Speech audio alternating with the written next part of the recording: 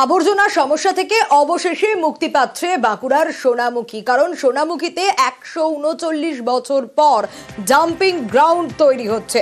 এতদিন স্থায়ী dumping ground ছিল না, তাই সমস্যা তৈরি হয়েছিল শহরের যেখানে সেখানে ফেলা হতো ময়লা। কিন্তু এবার 139 বছর পর সোনামুখীতে ডাম্পিং গ্রাউন্ড। কবে শেষ হবে কাজ, কত টাকা বরাদ্দ হয়েছে, আরো বিস্তারিত এই বিষয়ে জানতে পারবো দেবব্রতর কাছ থেকেই। দেবব্রত, একদমই দেখো, যেমনটা জানতে পারা যাচ্ছে 1 বছরের মধ্যে এই ডাম্পিং গ্রাউন্ডের কাজ একেবারেই সম্পূর্ণ করে দেওয়া হবে।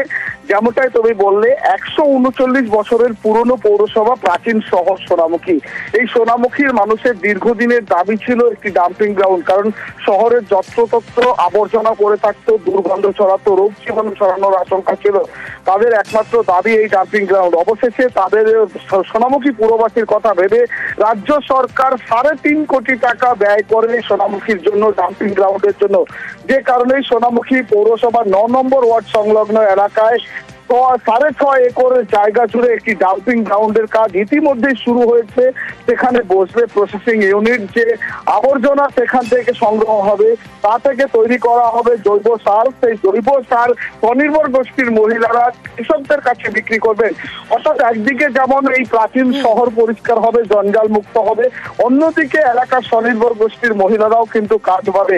সব বিষয়টা একেবারেই মিলিয়ে এলাকার মানুষ খুশি, পুরবাসীরাও। বেশ, ধন্যবাদ জানাই আমাদের মাননীয় চেয়ারম্যান সাহেবকে। ওনার উদ্যোগে বা ওনার এই টাইমে আমরা যে এত বড় একটা সোনামুখীতে আবর্জনা মুক্ত জায়গা তৈরি করতে পারবো, এতে আমরা খুব খুশি। আমরা সোনামুখী সাধারণ পাবলিক অত্যন্ত খুশি। এটা আমাদের দীর্ঘদিনের চাহিদা ছিল। আমরা নোংরার আবর্জনার মধ্যে দিয়ে হাঁটাচলা করতে হতো, সেইটা অনেকটা কমে যাবে, বন্ধ হয়ে যাবে এবং আমরা অনেক পরিষ্কার পরিচ্ছন্ন রাস্তাঘাটে চলাচল করতে পারবো। পৌরসভাতে যেটা হচ্ছে এটা আমরা ভীষণ খুশি এই কারণে, কারণ এই যে রাস্তাঘাট, এটা ভীষণ নোংরা ছিল বা এটার থেকে একটা রোগ জীবাণু ছড়ানো, দুর্গন্ধ ছড়ায়। তার জন্য এটা যে হচ্ছে এটাতে সত্যি খুব উপকৃত হবে, সব মানুষই ভীষণ ভাবে উপকৃত হবে। গার্হস্থ যে আবর্জনা, সেগুলো ফেলার মতো পর্যাপ্ত জায়গা সোনামুখী পৌরসভা পাচ্ছিল না। ফলত বাড়ি বাড়ি যে বর্জ্য কালেকশন হয়, আবর্জনা কালেকশন হয়, সেইগুলো যত্রতত্র আমরা ফেলতে বাধ্য হচ্ছিলাম, একমাত্র নির্দিষ্ট কোনো জায়গা না থাকার কারণ। কিন্তু সেই অভিশাপ থেকে এখন সোনামুখী পৌরসভা আপাতত মুক্ত।